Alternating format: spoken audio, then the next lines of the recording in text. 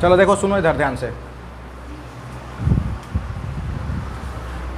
पूरा दिख रहा है ना? वो पूरा भारत से हम क्या सीखे उसमें दिख रहा है? चलो ठीक है। देखो, भारत से हम क्या सीखे, पार्ट 3 है, जिसके लेखक है मैक्स मूलर। इनका पूरा नाम था, पूरा नाम पूछता है, ठीक ना? फ्रेडरिक मैक्स मूलर था।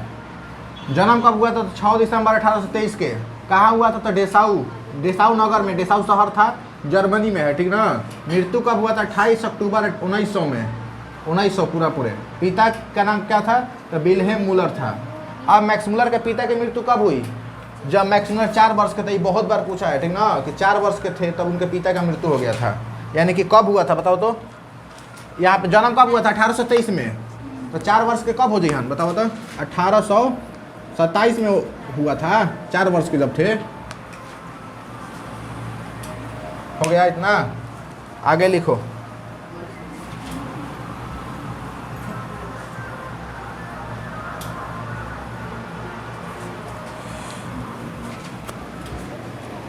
मैक्स मूलर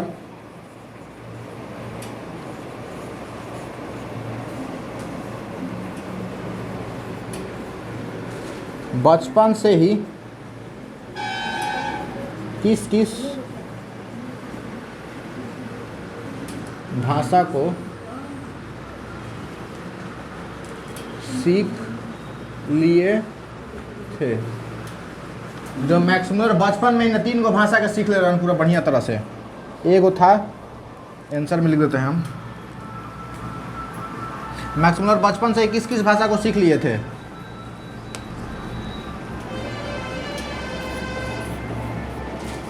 पहला नंबर ग्रीक भाषा सीख लिए थे बहुत बढ़िया से। हाँ, ग्रीक, लैटिन और संस्कृत सीखे थे, 3 गो।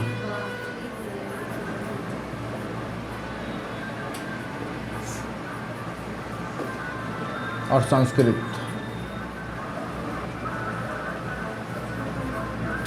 तीन गो भाषा सीख लिए थे अपने बचपन से ही। लिखो जल्दी से।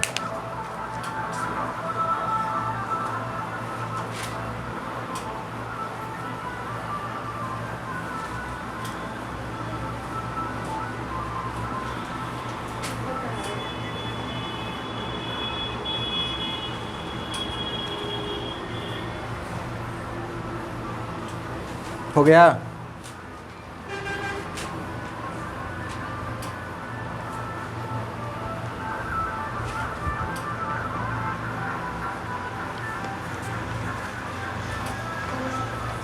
चलो आगे लिखो, बोल रहे हैं।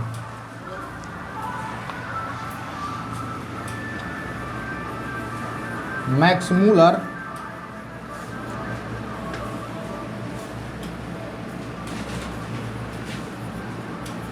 संस्कृत का अध्ययन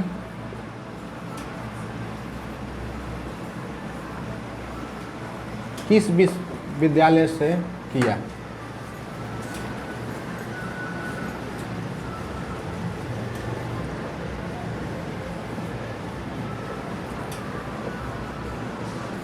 संस्कृत का अध्ययन किस विश्वविद्यालय से किया? तो आंसर में लिख लेना।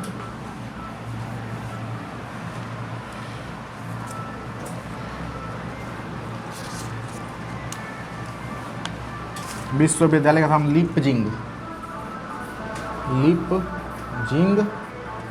विश्वविद्यालय।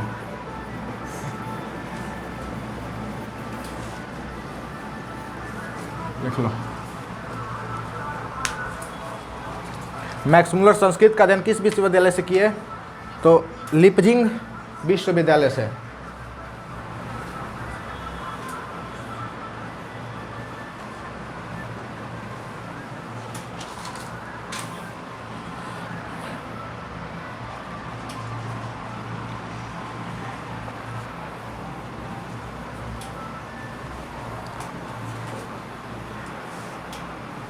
अब जिसका भी छूटेगा ना उसका एक फ़ायदा होगा, अपने घरे देख सकता है। यूट्यूब पे भी डालते रहेंगे वीडियो।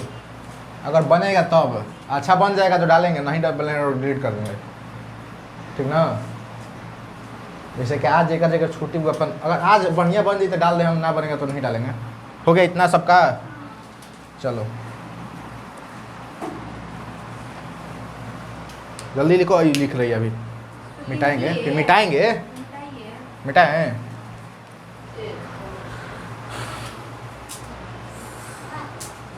देखो सबसे बढ़िया भाषा है ना, सबसे बढ़िया जो उत्तम भाषा है वो संस्कृत है, क्योंकि जो संस्कृत में लिखा जाता है वही पढ़ा जाता है, ठीक ना। लेकिन दूसरा भाषा में जो लिखा जाता है उसको नहीं पढ़ा जाता है, बदल जाता है, ठीक ना।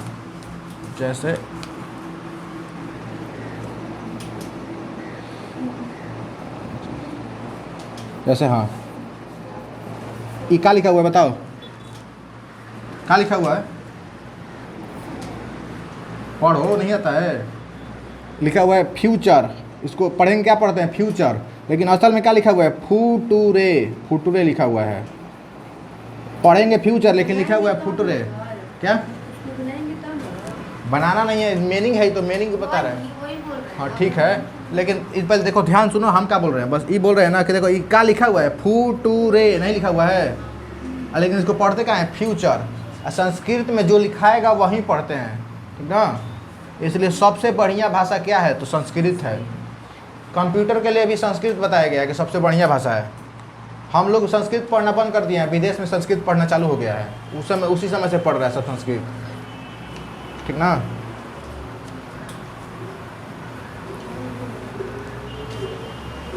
चलो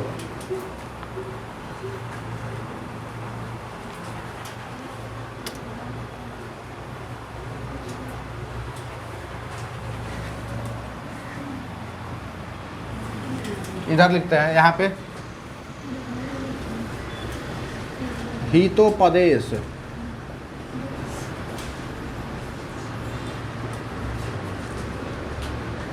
को किसने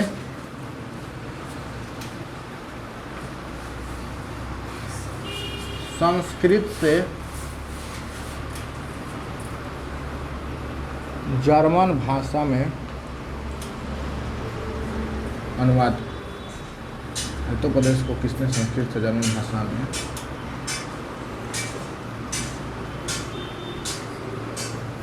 अनुवाद किया। हितोपदेश को किसने संस्कृत से जर्मन भाषा में अनुवाद किया। अब लिखेंगे नहीं बोर्ड पे, बोलेंगे क्यों लिखना है। चलो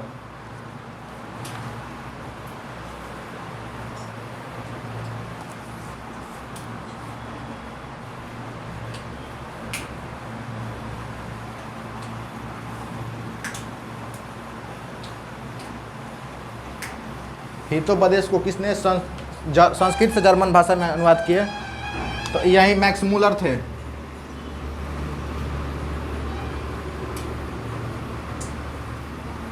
मैक्स मूलर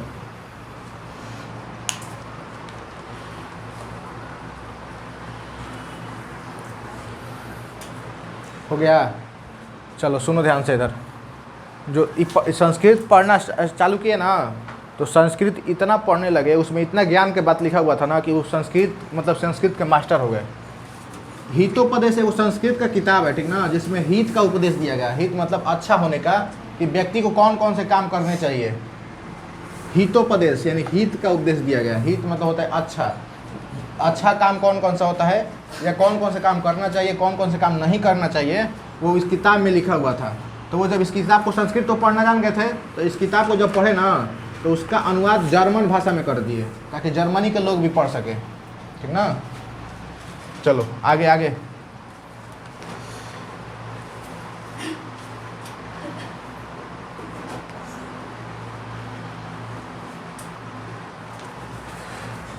और लिखो तो कहाँ गया हो,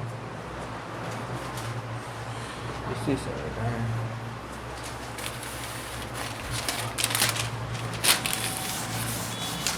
उसी से मिटाना पड़ेगा।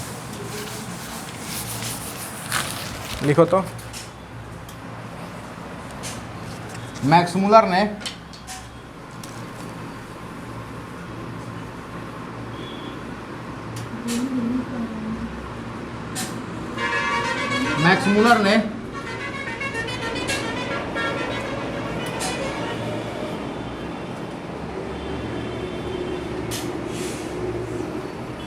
कौन कौन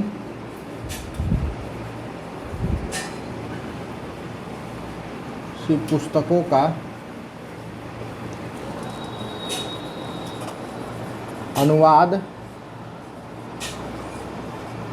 जर्मन भाषा में किया। मैक्स मुलर ने कौन कौन सी पुस्तकों का अनुवाद जर्मन भाषा में किया?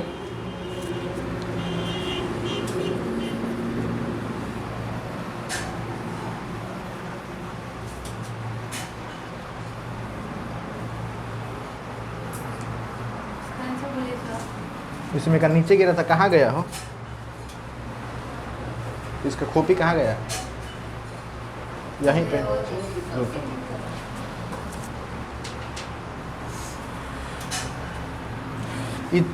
एगो तो हितोपदेश का किए ही थे, ठीक ना, वो तो लिखा गया। और किए थे एगो मेघदूत। ये मेघदूत एक किताब है जिसका अनुवाद वो किए थे जर्मन भाषा में।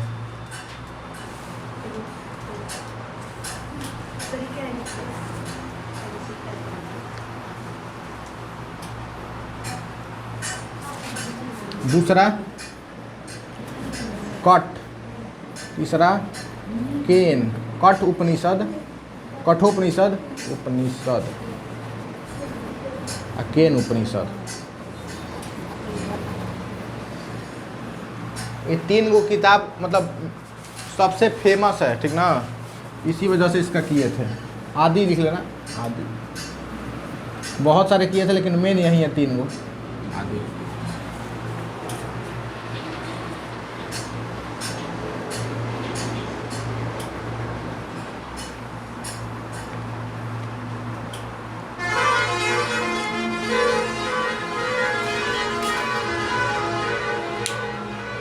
हो गया।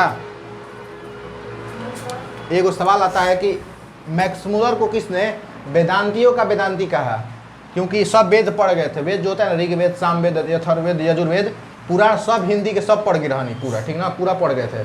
तो किसने मैक्स मुलर को वेदांतियों का वेदांती कहा? मतलब पूरा वेद पढ़ने वाला, ठीक ना। तो क्या कहे थे? स्वामी विवेकानंद। लिख लोगे कि लिख दे बोर्ड पे? बोले ना, तो लिखो। किसने मैक्स मुलर को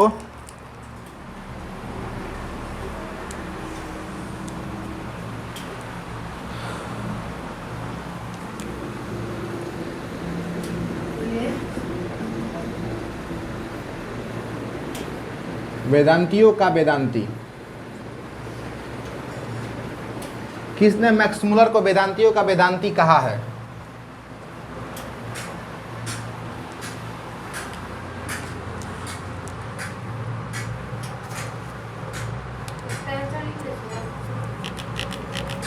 हाँ, तो इसका लिख लो स्वामी विवेकानंद। इसका आंसर हो जाएगा स्वामी विवेकानंद। इसका एक कहानी भी सुना देते हैं स्वामी विवेकानंद का।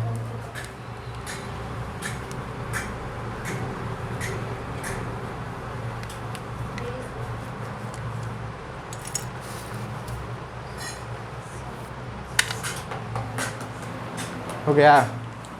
तो देखो विवेकानंद का एक कहानी सुना देते हैं, अभी इसमें आया है। तो एक बार वो अमेरिका गए थे, ठीक ना, अमेरिका गए थे। तो वहाँ पे ट्रेन में बैठे थे, तो बढ़िया घड़ी पहने थे, महंगा घड़ी पहने थे, साधु के देख से कपड़ा पहनते थे, ठीक ना।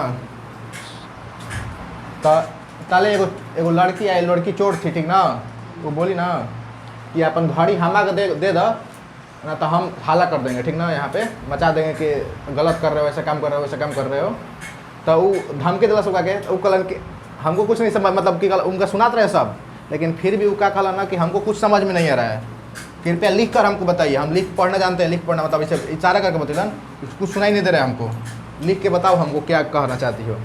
तो वो लिख के दी ना कि तुम अपना घड़ी हमें दे दो, नहीं तो हम हाला कर देंगे। तो वो फिर वो लेके बोल दिए कि अब हाला करो, जितना करना है करो, जो भी आएगा उसको हम दिखा देंगे, ठीक है, पर्चिया। अब बोलना चालू कर दिए, तो वो डर के भाग गए फिर वहाँ से। ये तो बहुत तेज़ आदमी है। हाँ, बहुत तेज़ थे भी। एगो जो कोई भी किताब है ना, तो बहुत जल्दी पढ़ जाते थे और सब कुछ याद रहता था हमको। तो वहीं अमेरिका गए थे ना, तो हॉल में मतलब जिसे मिलने के लिए गए थे, तो उसके हॉल में जैसे टेबल होता है ना, तो टेबल में बहुत सारा किताब रखा हुआ था। तो जो आदमी से मिलने गए थे वो कहीं काम कर रहा था, दूसरा काम कर रहा था। तो बोले कि इंतज़ार, मतलब उसको बोला गया कि इंतज़ार करिए, हम आ रहे हैं। तो ये अपना बैठ गए और किताब देखे तो पढ़ना चालू कर दिए, और आधा एक घंटा में वो पूरा 4-5 किताब पढ़ गए। बहुत मोटा मोटा था, इतना मोटा मोटा।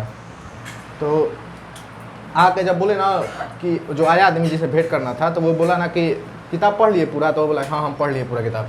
तो बोला कि क्या मजाक करते हैं, कैसा पूरा पढ़ लिए, मतलब इतने देर में इतना मोटा मोटा, जिसको हमको साल लगता है, एक किताब पढ़ने में हमको साल लग जाता है, आप इतने देर में आधा एक घंटा में कैसे पूरा पढ़ लिए। तो इसका टेस्ट लेने के लिए वो पूछा, एक सवाल किताब निकाला, उसमें से बोला कि पेज नंबर 262 पे क्या लिखा हुआ है, तो वो पूरा लाइन से बताने लगे कि पेज नंबर 262 पे इतना लिखा हुआ है। फिर पूछा कि पेज नंबर 254 पे क्या लिखा हुआ है, तो सब बता दिया, पूरा बता दिए ना। एक ही बार पढ़े पूरा याद हो गया। चलो आगे आगे बताते हैं। अब जो मतलब ये बहुत एक तरह से बहुत विद्वान हो गए थे मैक्स मूलर ना, बहुत विद्वान हो गए थे। तो जो यहाँ के जो सम्राट मतलब अंग्रेज कब्जा किए थे ना यहाँ पर, तो यहाँ के जो सम्राट थी, उसको सम्राट जो होता है ना, सम्राट मतलब होता है राजाओं का राजा, जो राजा का भी राजा होता है, और सम्राट का ही स्त्रीलिंग होता है सम्रागी, ठीक ना। ये होता है पुल्लिंग, ये होता है सम्रागी। तो जो यहाँ के सम्रागी थी ना, उसका नाम था विक्टोरिया, जिसको विक्टोरिया है ना, विक्टोरिया सुनियो ना, विक्टोरिया, रानी विक्टोरिया, उसका महल है वहाँ पे कोलकाता में है, विक्टोरिया पैलेस है, वो अभी है वहाँ पे, घूमने के लिए जाता है जो भी जाता है। हम भी जाना चाहते हैं लेकिन गए नहीं है, कहेंगे जाएंगे जब कलकत्ता तो जाएंगे वहाँ पे, विक्टोरिया पैलेस। तो प्रभावित होकर ना वो जर्मनी से इनको बुला देती इंडिया। तो लिखो सवाल, लिखो तो, सम्राज्ञी विक्टोरिया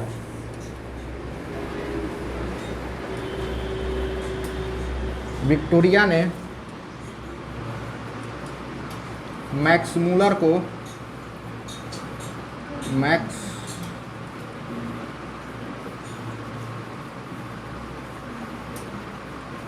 भारत कब बुलाया?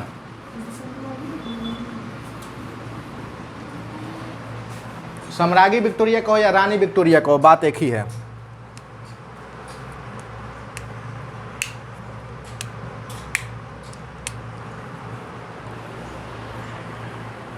आंसर में हो जाएगा 1868 में, और वो भी इस स्पीच देने के लिए बुलाए थे, ठीक ना, आमंत्रित किया गया था।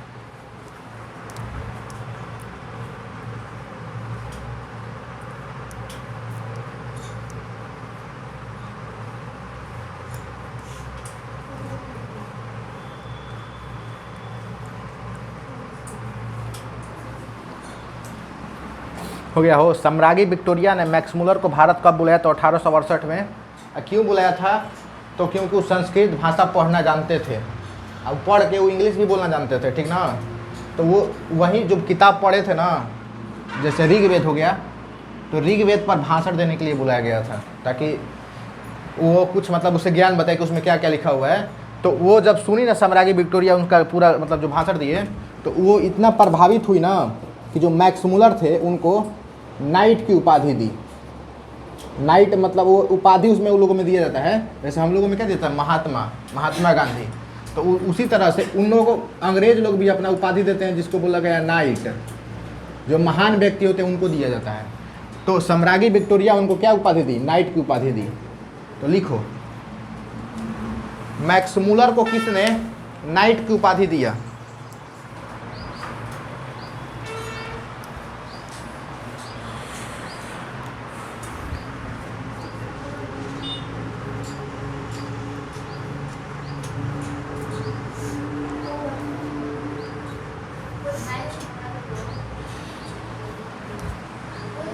नहीं लिखिए, मैक्स मूलर को किसने नाइट की उपाधि दी? नाइट की उपाधि दी।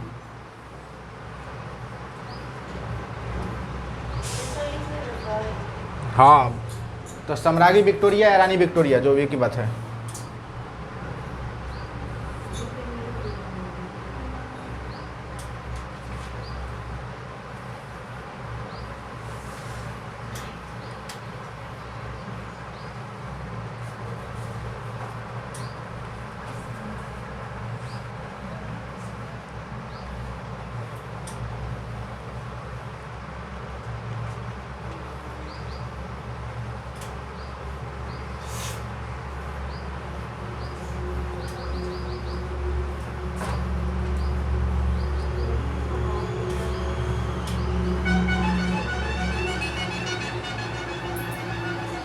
चलो हो गया।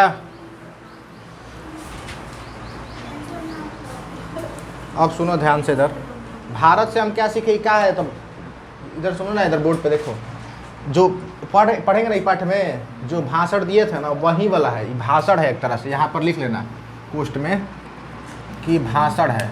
भाषण मतलब जो स्टेज पे जाके बोला गया है, ये लिखा नहीं गया है, स्टेज पे जाके बोले थे पूरा। कौन है आंसर? नाइट की उपाधि के दिए मैक्स मुलर को, नाइट की उपाधि किसने दिया था? सम्राज्ञी विक्टोरिया ने। ये पूछता है हमेशा, ये भी पूछेगा कि नाइट की उपाधि किसको दिया गया था, नाइट की उपाधि किसको दिया गया था? मैक्स मुलर ने। बाकी वो ये उपाधि ना ले लन, कलन कि हमको नहीं चाहिए, ये तुच्छ है मेरे लिए, छोटा है, हमको नहीं चाहिए ये, तो वापस लौटा दिए थे वो।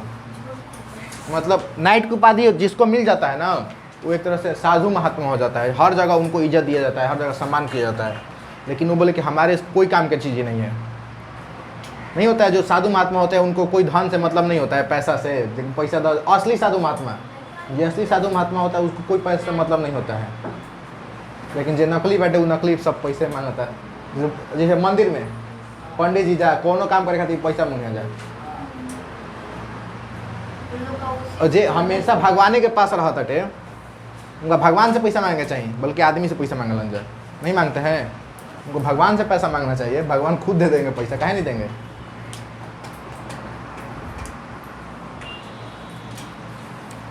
तो वो जितना भी भौलनी के मंदिर में कोनो पंडित ना हो, में कोई पंडित नहीं हो में के, सब एक तरह से पाखंडी, सब ढोंग करता हूँ जी किया, सब पैसा मांगता है वहाँ पे। असली पंडित 1 रुपया ना मांगे, ऊपर कहीं जौन इच्छा है दे दिए, नहीं देना है तो मत दीजिए, बात सिंपल खत्म। चल हो गई। तो ये भाषण है, ये भी पूछता है कि ये क्या है, भारत से हम क्या सीखे, तो क्या है, भाषण है, ठीक ना। ऑब्जेक्टिव में पूछता है भाषण, यही भाषण दिए थे वही उसी को। तो भाषण जो दिए थे वो इंग्लिश में दिए थे, अंग्रेज सब इंग्लिश ना समझता है, तो हिंदी रूपांतरण किसने किया, मतलब हिंदी में इसको किसने बदला। तो लिखो, सवाल लिखो, भारत से हम क्या सीखे, सवाल लिखो।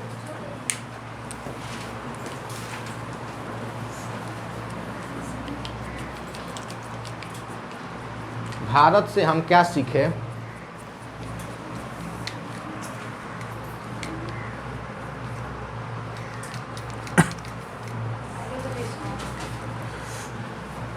भारत से हम क्या सीखे पाठ को,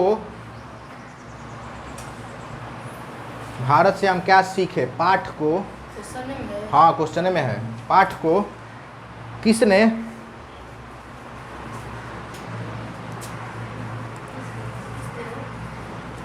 हिंदी में अनुवाद किया।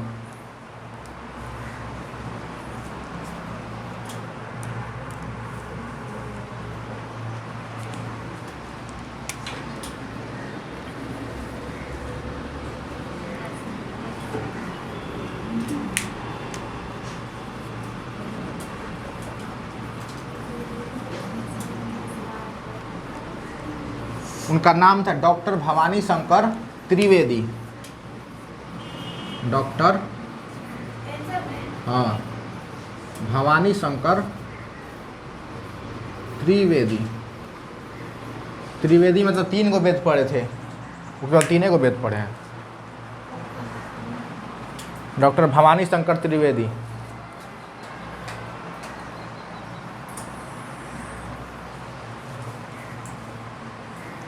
हो गया। तो देखो, जो 3 गो वेद पढ़ता है, या जिसको 3 वेद का ज्ञान होता है उसे त्रिवेदी कहते हैं। जिसको 4 वेद का, चारों वेद का ज्ञान होता है उसे चतुर्वेदी कहते हैं। जिसको 2 वेद का ज्ञान होता है उसे द्विवेदी कहते हैं। 1 वेदी कोई नहीं रखता है, 2 वेद नहीं तो 3 वेद नहीं तो 4 वेद, ठीक है। द्विवेदी, त्रिवेदी, चतुर्वेदी। चलो हो गया। लेखक का यहाँ पे खत्म हो गया परिचय। लेखक परिचय था, आप किताब पाठ पढ़ना है, पढ़ के सुनाते हैं, उसमें सब्जेक्टिव क्वेश्चन भी लिखवाते जाएंगे। इसमें भारत के बारे में बताए हैं, ठीक ना, समझ रही हो ना। नहीं समझ में आएगा तो बोलना, बताएंगे बढ़िया से सब, और क्या करेंगे, वीडियो बंद कर देंगे। स्वर विद संपदा, इसमें भारत के बारे में बताया है कि भारत क्यों खास है, चाहे भारत को स्वर क्यों कहा जाता है, चाहे देवता भी कहाँ जन्म लेना चाहते हैं, तो भारत में, आगे सब लिखवाएंगे सब, कि देवता भी किसका गुणगान गाते हैं, भारत का, भारत भूमि का। चाहे क्यों, क्योंकि यहाँ पे ईश्वर ने जन्म लिया है, ईश्वर मैंने भगवान ने, कृष्ण भगवान का जन्म ये भइल, राम के यहाँ भइल, बुद्ध भगवान के जन्म ये भइल, यही से देवता भी यहाँ जन्म लेवल चाहेलन भारत में, ठीक ना। सर्वविध संपदा और प्राकृतिक सौंदर्य से परिपूर्ण कौन सा देश है? भारत। लिखो सवाल, ये पहले लाइन में ही सवाल है। किताब है, किताब में से देख के लिखा जा। उधर मत देखो, इधर देखो, इधर यहाँ पे है, इस तरफ है, इस तरफ, इस पेज पे देखो ना, शुरू वाला लाइन में। हाँ, सर्वविध संपदा,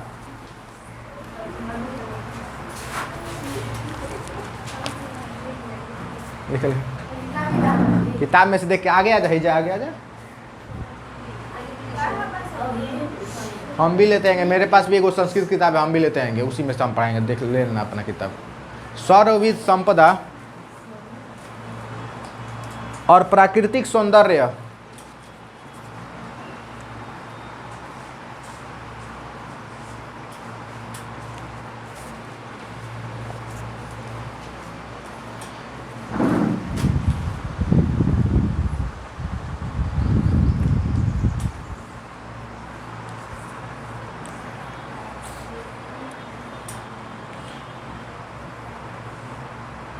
सर्वविध संपदा और प्राकृतिक सौंदर्य से परिपूर्ण कौन सा देश है?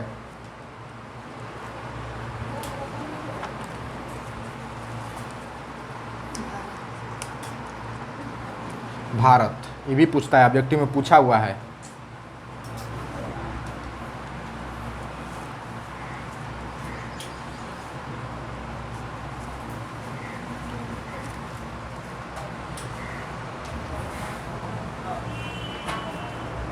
हो गया।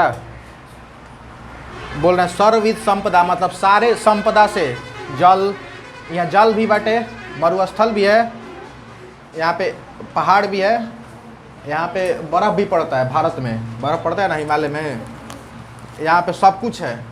भारत के जैसा कोई देश नहीं है। प्राकृतिक सौंदर्य से परिपूर्ण कौन सा देश है?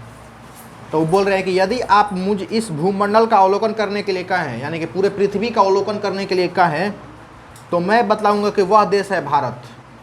किसका जवाब था ये? मैक्स मुलर का। भारत जहां भूतल पर ही स्वर्ग की छटा निखर रही है।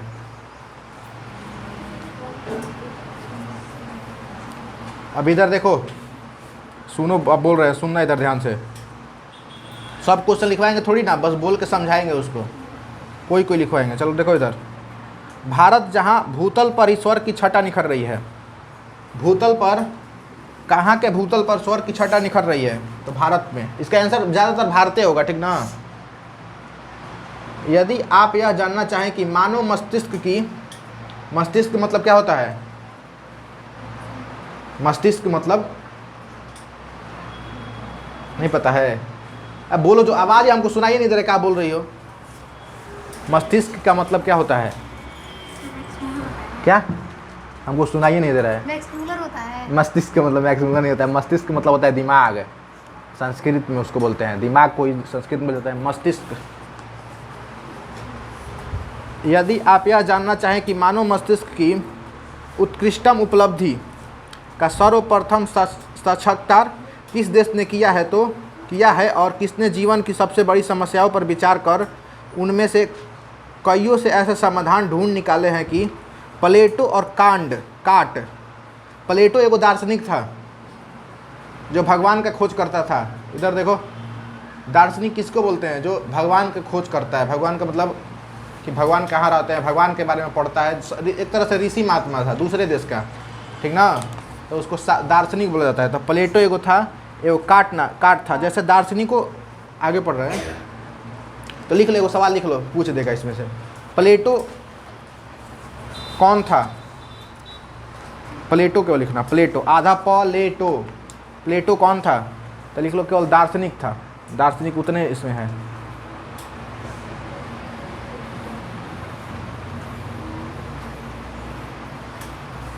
प्लेटो कौन था? प्लेटो कौन था? तो ये था दार्शनिक। दार्शनिक हो गया।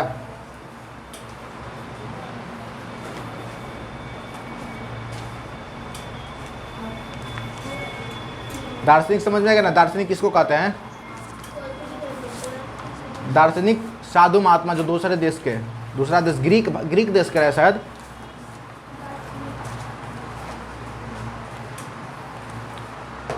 यहाँ पे लिख रहा है ना, प्लेटो और कांट जैसे दार्शनिकों का अध्ययन करने वाले हम यूरोपियन मतलब यूरोप में रहने वाला, जो यूरोप में रहता है, ठीक ना, उसको यूरोपियन बोल जाता है। जो इंडिया में रहता है उसको इंडियन बोल जाता है, या इंडियन या भारतीय लोगों के लिए भी वे मनन के योग्य हैं। तो मैं यहाँ भी भारत का ही नाम लूँगा। और यदि यूनानी, रोम और सेमेटिक जाति के यहूदियों का विचारधारा से ही सदा अवगाहन करते रहने वाले हम यूरोपियनों को ऐसा कौन सा साहित्य पढ़ना चाहिए जिससे हमारे जीवन का अंतरम परिपूर्ण, अधिक स्वांगीण, अधिक विश्वव्यापी, यूं कहे कि संपूर्णता मानवीय बन जाए। वो बोल रहे हैं ना, सिंपल से इस लाइन का अर्थ हुआ कि जो दूसरे देश के जो है ना, जैसे कि यूनान देश हो गया, यूनान हो गया, रोम हो गया, और कौन कौन सा देश इसमें लिखा हुआ है, रोमन हो गया, और सेमेटिक जातियाँ, और ये यहूदी एक प्रकार का जाति है जो विदेश में रहती है, ठीक ना। तो वो बोले कि उनका ज्ञान कहाँ से मिला उनको, तो वो लोग भी भारत से ही सीखे हैं, ठीक ना।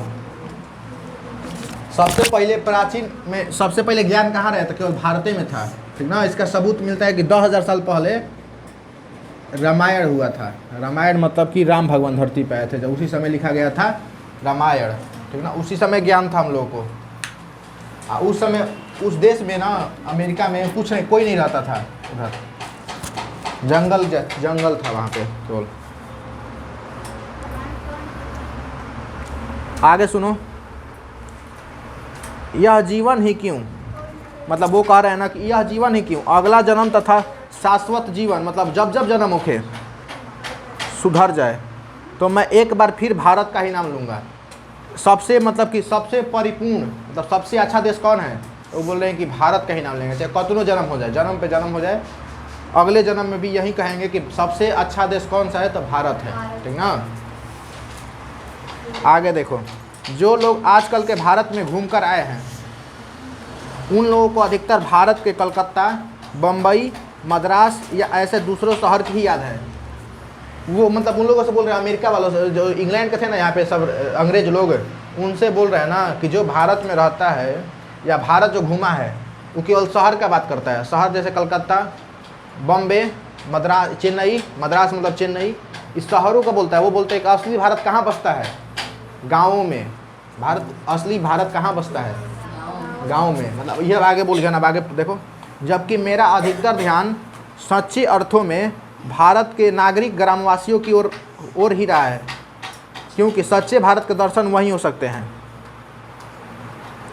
2-3 हज़ार वर्ष पुराना ही क्यों, आज का भारत भी ऐसी अनेक समस्याओं से भरपूर है जिसका समाधान 19वीं सदी के हम यूरोपीय लोगों के लिए भी उतना ही वांछनीय है।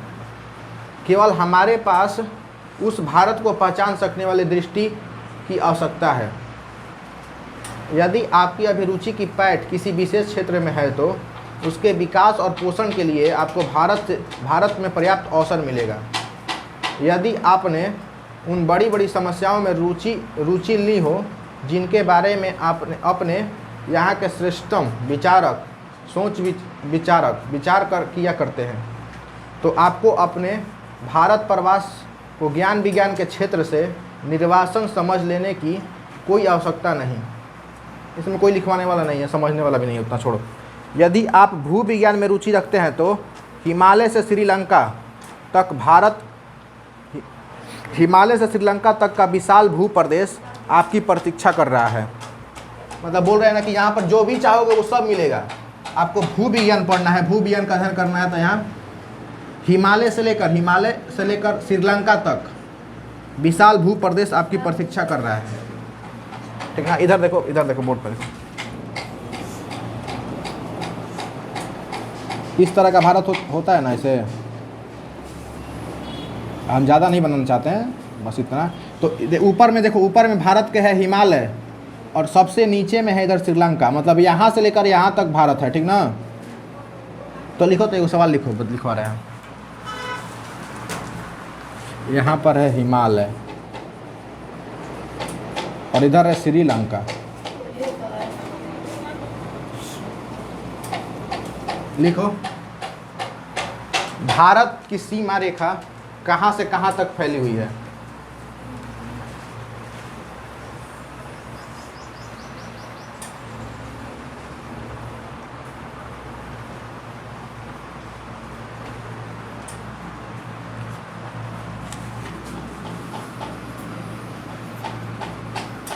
वो देखो भारत का नक्शा तैयार कर दिए, इसी तरह का होता है।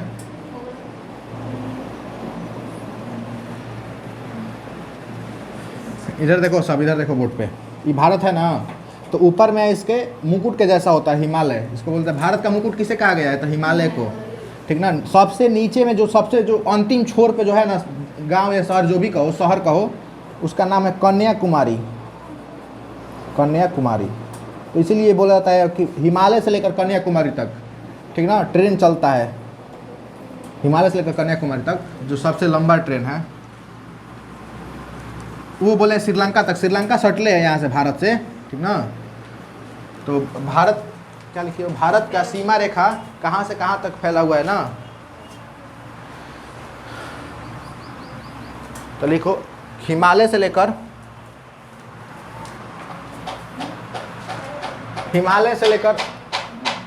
कन्याकुमारी लिखना। कन्याकुमारी, कन्याकुमारी पे हम लोग खत्म हो जाते हैं, कन्याकुमारी ही लिखना।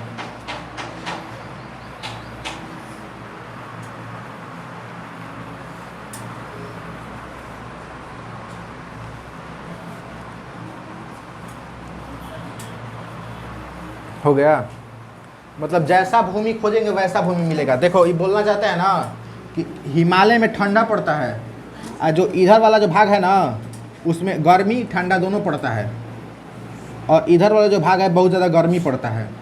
तो मतलब भू विज्ञान के बारे में पढ़ना चाहते हैं तो भारत में सब कुछ मिलेगा, ठीक ना। और आगे बोल रहे हैं कि यदि आप वनस्पति जगत में, वनस्पति यानी कि पेड़ पौधों के बारे में पढ़ना चाहते हैं, विचार चाहते हैं, तो भारत एक ऐसी फुलवारी है जो हर्कस जैसे अपने वनस्पति वैज्ञानिकों को अनायास ही अपनी ओर आकृष्ट कर लेता है। वो एगो वैज्ञानिक था, हर्कस वनस्पति वैज्ञानिक था, ठीक ना। यहाँ पर हर तरह के जड़ी बूटी, सबसे पहले जड़ी बूटी का खोज कहाँ हुआ था? तो भारत में ही हुआ था, ठीक ना। उस समय कहीं पे इलाज नहीं किया जाता था, भारत में किया जाता था। तो वो बोल रहे हैं कि भारत में यदि आप वनस्पति के बारे में पढ़ना चाहते हैं, पेड़ पौधों के बारे में पढ़ना चाहते हैं, जड़ी बूटी के बारे में पढ़ना चाहते हैं, तो उसका भरपूर ज्ञान यहाँ पे है। वो सब बखान कर रहे हैं, भारत के बारे में बता रहे हैं, ठीक ना। हाँ, मैक्स मूलर, अंग्रेजों को वही ना सुन रही है सामने बैठ के विक्टोरिया। जैसे कि वो स्टेज पे है, यहाँ पर एक माइक लगा है, और यहाँ पे इस तरह का एक फोटो बना के दिखाते हैं, तब समझ में आएगा, ठीक ना। तो वो स्टेज पे चढ़ के उधर देख रहे हैं, इधर नहीं देख रहे हैं, इधर देख रहे हैं, ठीक ना, उधर देख रहे हैं, माइक में बोल रहे हैं। इधर सामने में सब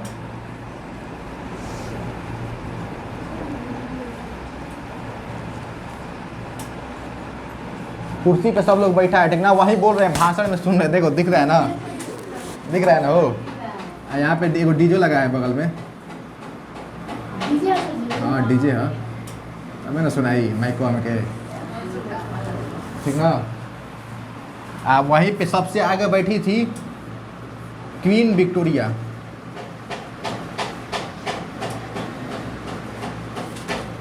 ठीक ना। क्वीन विक्टोरिया यानी कि रानी विक्टोरिया, क्वीन विक्टोरिया बोलते हैं उसको।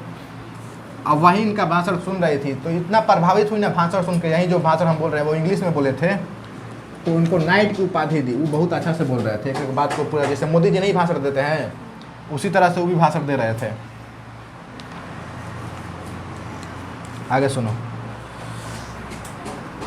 अगर बोल रहे हैं कि यदि आप वनस्पति जगत में विचारना चाहते हैं तो भारत एक ऐसी फुलवारी है जो हर्कस जैसे अनेक वनस्पति वैज्ञानिकों को अनायास ही अपनी ओर खींच लेती है। लिखो तो एगो सवाल लिखो, सवाल लिखो। भारत को किसने फुलवारी कहा है? लिखो, सवाल इस पूछता है इस तरह से, भारत को किसने फुलवारी कहा है? भारत को किसने फुलवारी कहा है?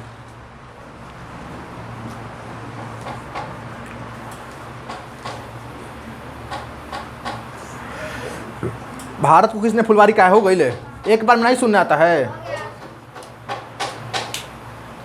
एक बार बोलेंगे बहुत हो जाएगा। चलो आगे आगे, किसने कहा है? तो लिखो मैक्स मुलर ने, यही आंसर होगा, मैक्स मुलर ने कहा है।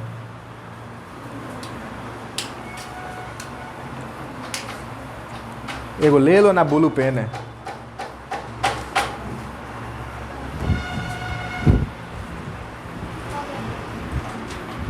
मेरे पास भी नहीं है, नहीं तो दे देते हैं, था एक इस पे। चलो हो गया, मैक्स मुलर। भारत को इसने फुलवारी कहा। अब लिखो ई हर्क्स।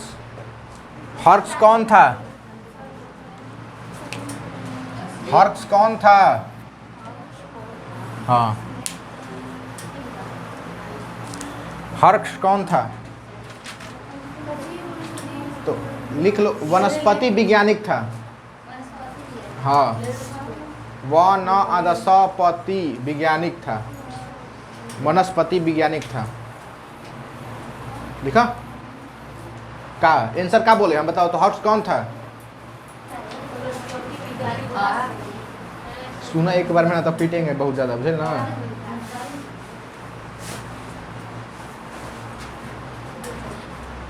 हो गया। हर्क्स क्या था? तो लिखी वनस्पति वैज्ञानिक, नहीं लिखना है का? वनस्पति वैज्ञानिक था, वैज्ञानिक लिखो। वन आधा सौ होता है, और वही तालाबी मूर्धानी सा होता है।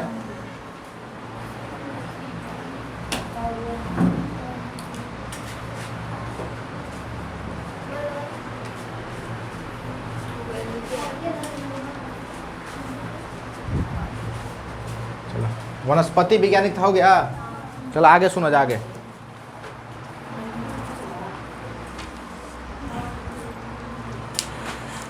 समझ में आ जाएगा, उतना भी भारी नहीं है, सब हो जाएगा। अपने भारत के बारे में नहीं इसमें पूछ रहा है सब। अब आगे आगे बोल रहे हैं ना कि यदि आपकी रुचि, बात करना तो जाओ बाहर बात करके आओ। यदि आपकी रुचि जीव जंतुओं के अध्ययन में है, तो वो बोल रहे हैं कि यहाँ पर हर तरह का ज्ञान उपलब्ध है भारत में, ठीक ना। ऋग्वेद में, वेद में सब दिया हुआ है।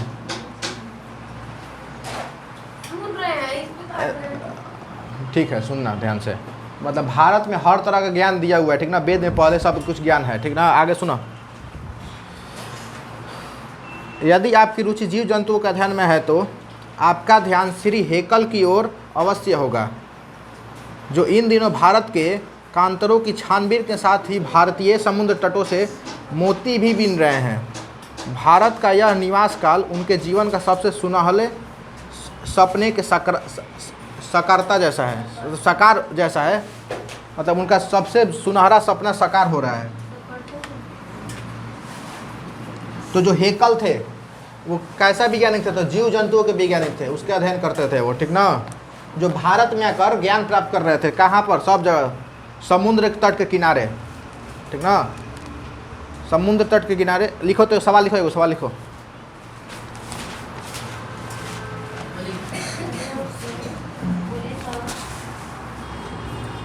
श्री हेकल, हेकल क्या नहीं, आंसर में कहाँ लिखना है? अभी पहले लिखो कि श्री हेकल कौन थे।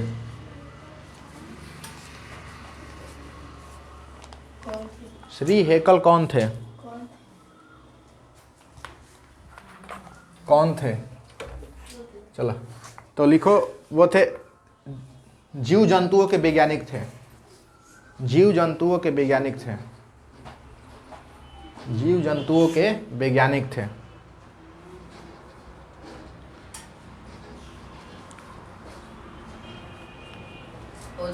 हो गए? चलो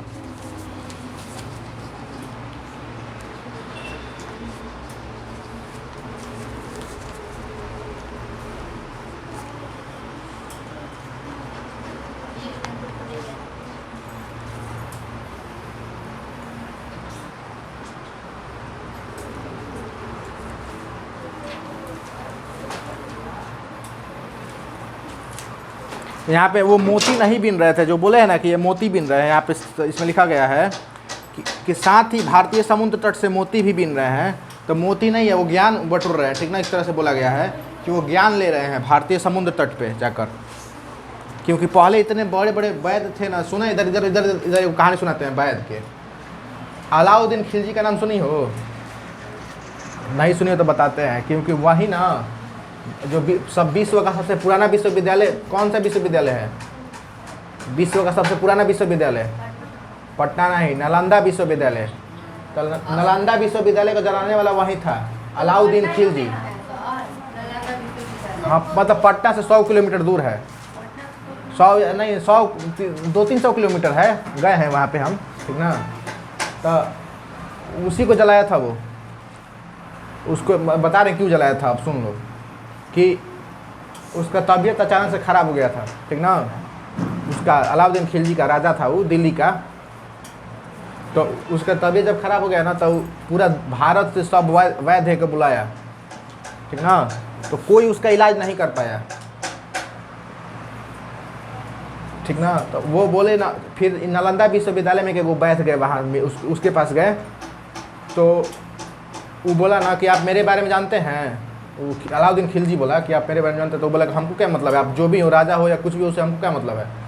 तो वो थोड़ा गुस्सा में आ गया कि हमको नहीं जानता है, भारत में होकर हमको नहीं जानता है।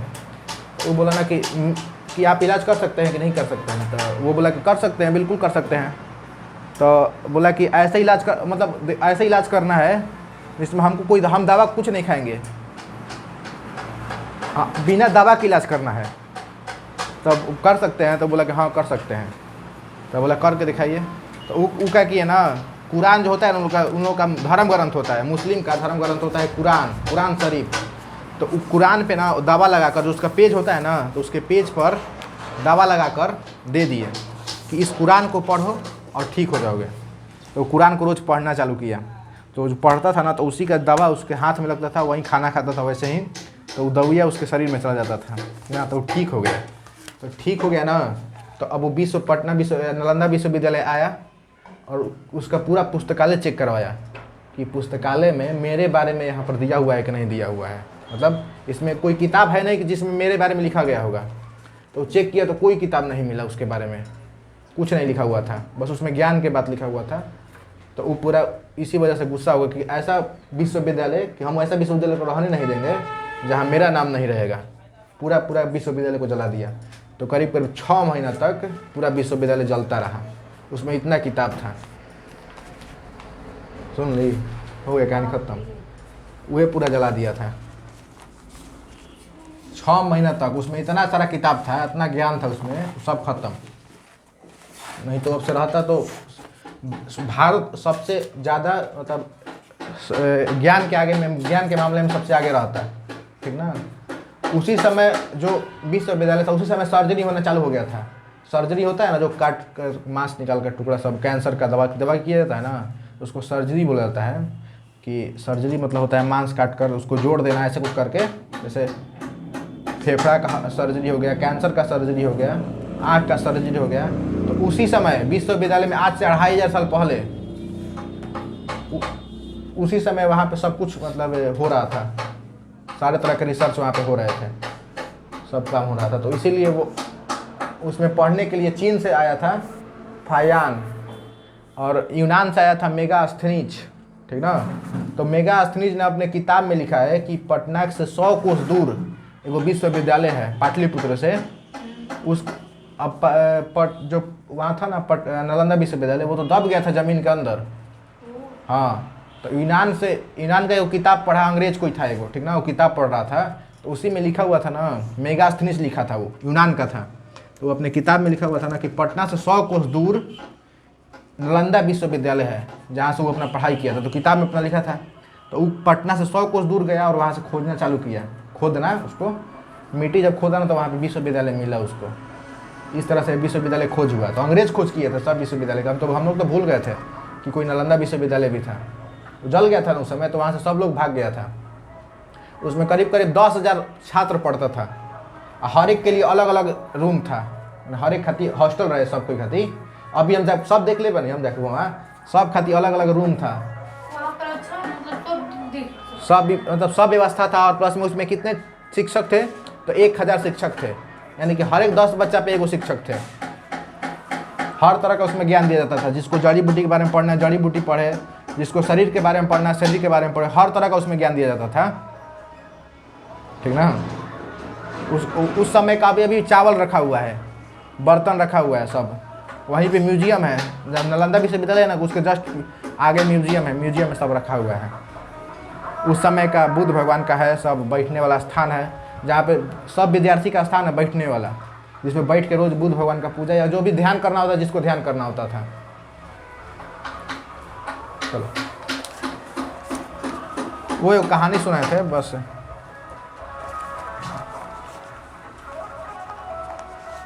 आगे अब बाद में पढ़ाएंगे अगले दिन, ठीक ना। क्या आगे पढ़ाएं अभी बताओ? दूसरा विषय पढ़ाए ना। आपको दूसरा विषय कौन सा है? इतिहास है। इतिहास पढ़ाते हैं, चलो जाओ पानी वानी पी के आओ।